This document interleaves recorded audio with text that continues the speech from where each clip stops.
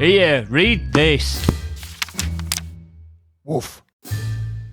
All right, everybody, I've got a few videos planned about the authorship question, the question of whether or not Shakespeare really was the author of his own plays, and the suggestion of a number of alternative candidates. Did Shakespeare exist at all, or was he merely the pseudonym of the genuine author? I've got a few kind of long-form videos planned about the authorship question, as well as a few videos in which I'm reacting to claims made by anti-Stratfordians, in this case, Oxfordians. So when we say anti-Stratfordians, we mean people who don't believe that the man from Stratford, William Shakespeare, wrote his own plays. Numerous other candidates have been suggested, ranging from Christopher Marlowe to, some people have suggested Queen Elizabeth as the author of Shakespeare's plays. Probably the most prevalent candidate at the moment is the Earl of Oxford, the 17th Earl of Oxford, Edward de Vere. De Vere is the subject of the Roland Emmerich film Anonymous, and a sort of accompanying documentary called Last Will and Testament.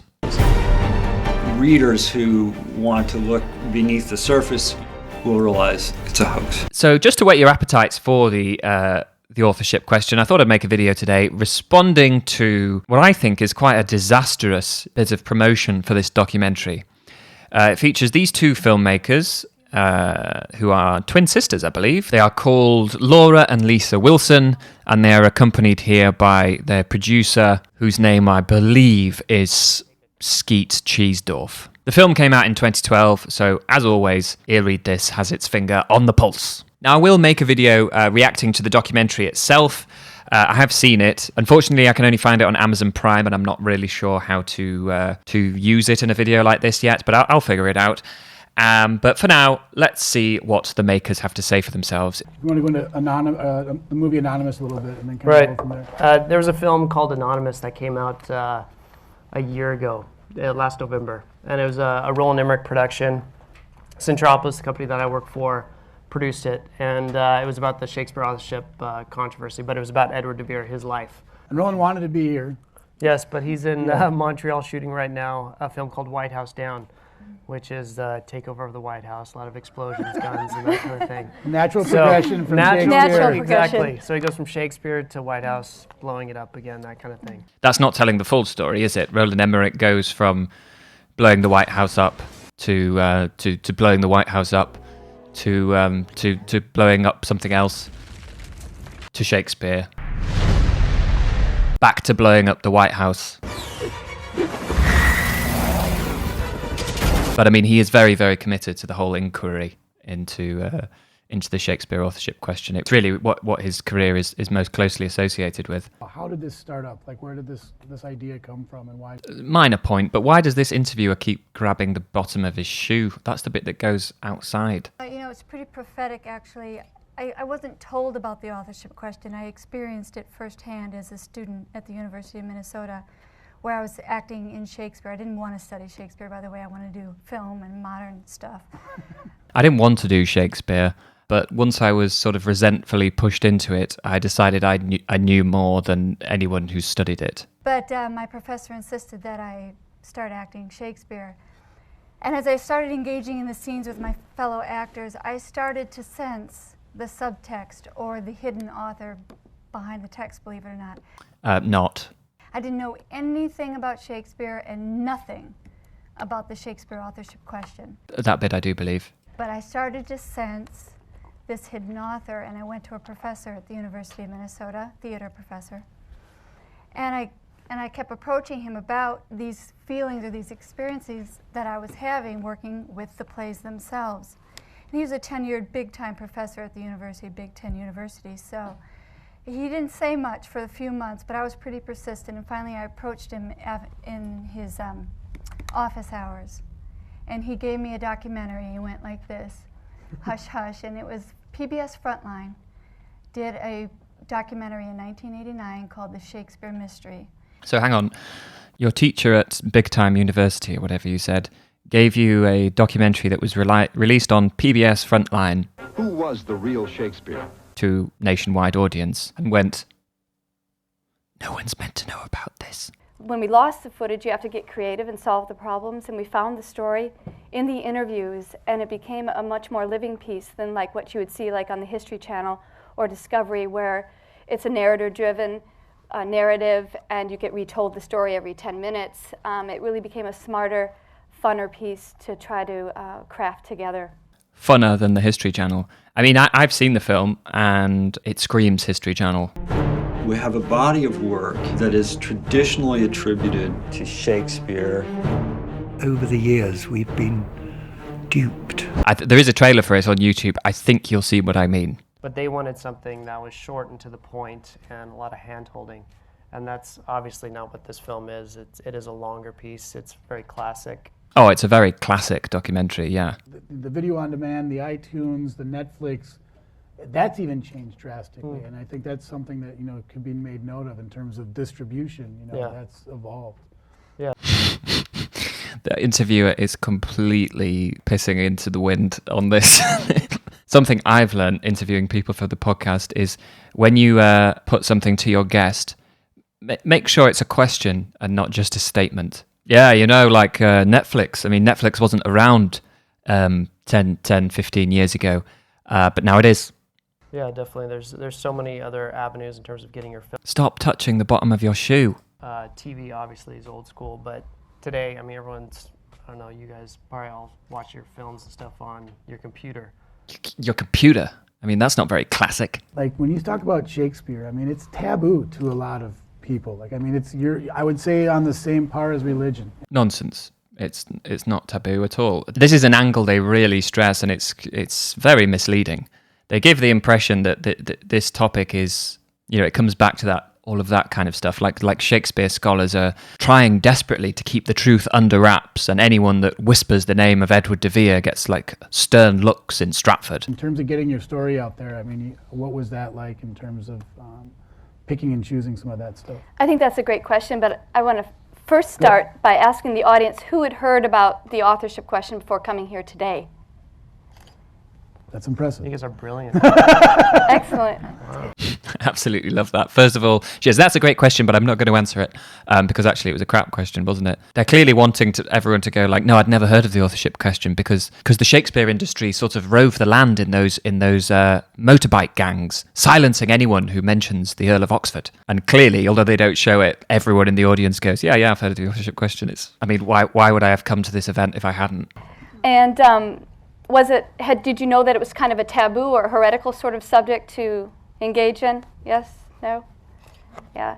Yes, no, it isn't. It's not heretical. As far as the Stratfordians go, we have two of the biggest heavy hitters on camera. 2 or 3 of them absolutely refused to show up. Ridiculed the film, ridiculed Roland for making Anonymous. Ridiculed Roland Emmerich?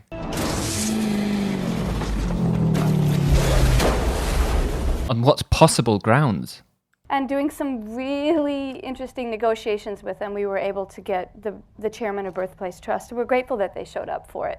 Chairman of the Birthplace Trust, I believe they're referring there to Stanley Wells, former guest on the Read This podcast, just saying. And then Jonathan Bate pretty much accused us of being Holocaust deniers because we were denying Shakespeare. So you had a wide range. Yeah, they subsequently deleted the footage where he said that. I've no idea whether Jonathan Bate compared them to Holocaust deniers. It seems unlikely. If anything, they're much closer to flat earthers. Yeah, you can't under-stress what Mark Rylance, Sir Derek Jacobi, and Vanessa are doing. They're leaders in their field in the Shakespeare acting community. And they're willing to put themselves, their head above the parapet. They're willing to walk out to the world and say, I doubt that the man from Stratford wrote the plays. And that takes a tremendous amount of courage. If you know anything about the debate and how vicious the Stratfordian Orthodox community can be against people who take this courage to do this. They're absolutely true here. The Stratfordian community is vicious. I once saw poor little Mark Rylance at a premiere of the latest Spielberg film he was in, actually got elbow dropped by Sir Stanley Wells, who threw himself off a balcony and just took him out. I mean, it's really vicious, and these millionaire actors are really like brave and courageous for standing up to the big guy, who, you know, in this case are independent scholars. We're pro-inquiry. That's the biggest reason that we're doing this film, and the reason that we're out here is not to say this guy did it or that guy did it, but to reestablish a respect for inquiry. They're just trying to reestablish your respect for inquiry. As this woman is explaining to you, she is a hero. Free inquiry and free thought is absolutely paramount in my world. I wasn't put on this earth to tell people what to think or feel. It's just so weird that you'd even say that. But to say that there is no Shakespeare authorship question when you've got some of the most profound, brilliant minds of all time, Orson Welles, Leslie Howard, saying, wait a minute. Leslie Howard, Orson Welles, and a raft of lunatics, crackpots, and frauds. Yeah, I mean, I almost feel like you guys probably lived with what Dan Brown was going through when Da Vinci Code came out. Yeah, like it's no, sort of exactly. shaking and rattling the existence of something that's been established and kind of believe it. I wonder if they appreciated the comparison to Dan Brown or not. When you said it's up to our generation to figure it out, do you mean analyzing his works and like coming with new insight, or like finding new material that like past generations haven't found that would support one argument or the other? That's a great question. The works still need exploration and examination. Your generation can definitely do that. Yeah, your generation can do that because we sure can't be asked. There are so many unexplored archives that might have a letter from Oxford or from Francis Bacon or from the Stratford man. We may actually find out, thank God, that the Stratford man actually left England and actually toured Italy, so he could have written the 14-play set in Italy. Wouldn't that be great? This is one of the weakest anti-Stratfordian arguments. Shakespeare couldn't have written about Italy because he never went. It's not just these people, it's like academics argue, you know, oh, he's writing about things that he couldn't possibly have learnt in grammar school, therefore he didn't write his plays. It's like very typical of a certain type of academic to lack the imagination to believe that a writer might learn something outside of grammar school or even after their official education has ended. Never mind the fact that Shakespeare writes about Italy and gets lots of things completely wrong. Meanwhile, Oxford travelled around Italy, knew it well, and the idea that he would have come back and written plays about Italy and made some of the blunders that Shakespeare does, you know, confusing where a sea is. I mean, it's that kind of blunders. It's not spelling something wrong or confusing the names of cities. It's sort of forgetting that certain areas are landlocked or not. I mean, just the naivety and lack of intuition that it takes to say some of these things, like he couldn't have written this without having actually gone. You know, just like Orwell couldn't possibly have written Animal Farm without that gap year he spent as a pig. There's some actors like Sir Derek Jacobi, you know, who's played Hamlet in every decade of his life. Same with Mark Rylance. They come with a specific skill set and insight that would benefit the historian, or the historian who knows something about the Essex Rebellion and goes, okay, yeah, I'm going to revisit this Earl of Southampton. Who is this guy? Yeah, who is this guy, this Earl of Southampton? And who's this Queen Elizabeth? Where does she fit into this whole scam? You hear that, historians? Derek Jacobi, the actor, is telling you that there once was a man called the Earl of Southampton. I know you'd never have heard of him because it's not in your skill set. It is in the skill set of actor Derek Jacobi, so thank him. I think Roland was always fascinated when art and politics intersect. Roland Emmerich's middle name is the intersection between art and politics. This is well known. So I wouldn't be surprised. He may not go back into authorship because he got burnt pretty hard by the establishment. They actually did a preemptive strike against Anonymous and Roland prior even to its release. The Orthodox establishment is who I'm talking about. I wonder if the Orthodox establishment of Shakespeare scholars were behind all the shit reviews for Emmerich's other films. They have to keep saying things like Orthodox establishment and governing bodies because it sounds scarier than the Shakespeare Birthplace Trust, which, by the way, is an educational charity. They have a lot at stake. It's a $1 billion industry, the Stratford industry. It's a $1 billion industry, the Stratford industry. So, you know, little old Hollywood coming along trying to make a film, they're just not going to stand a chance. Roland Emmerich, Columbia Pictures, Sony, they just want to get their message across and promote free inquiry. But when they come up against a colossus like the Shakespeare Birthplace Trust, then... And did you find that Sony then stepped down a little bit? This is my favorite bit coming up. And did you find that Sony then stepped down a little bit in terms of like, we're not going to fight this battle? I mean, you can always... We don't have to answer that question. I've got Yeah. Did you hear that? So He says, when you did come up against all of this tyranny and silencing campaign from the Shakespeare Birthplace Trust, did Sony step down? Did it put the frighteners on Sony, and did they give up? I don't have to answer that. I'd rather keep the mystery alive and try and pin the lack of promotion of this film on the Shakespeare Birthplace Trust's campaign of terror, instead of Sony backing out because the film was shit and not particularly important to them. By the work, do we know the workman? Do you think you know Shakespeare by reading Shakespeare? No, I think I know Shakespeare because I don't like Shakespeare, but I was once made to read it, and I just instantly knew more than people who do study it. Do you think an author reveals themselves in their artistic creation? If you believe that, then you're going to find that we exist, our ideology exists in our film. Guys, by the way, just heads up, my ideology exists within this video, and you're going to find it. So is there a slight bias? Yes. But it's only balancing the scales. They've had 400 years of their story, right? It's only balancing the scales. I mean, watch out, Gravity. You've had 350 years of your story. We took the high ground and didn't show a lot of the really negative, calling us Holocaust deniers on camera. We took the high ground and decided not to put that in. If Jonathan Bate called them Holocaust deniers, that is really bad taste. And credit to them if they did take the high ground and they deleted it. Having seen the film, it's really difficult to imagine them taking the high ground on anything. I mean, just thinking about it for a second, the sort of figure you've got in your film as the opponent, which Jonathan Bate is, along with a few others like Stanley Wells, him calling you Holocaust deniers is going to be like the high point of your film. And he said it on camera. He's paid to be there. You're well with it. Why would you cut it out if he said that? Because you're wanting to be nice to him? Because he asked you to? I just don't think you would. And you would be so within your rights to include it. Did we want more Stratfordians to show up? Because this is a problem. They're not in this room.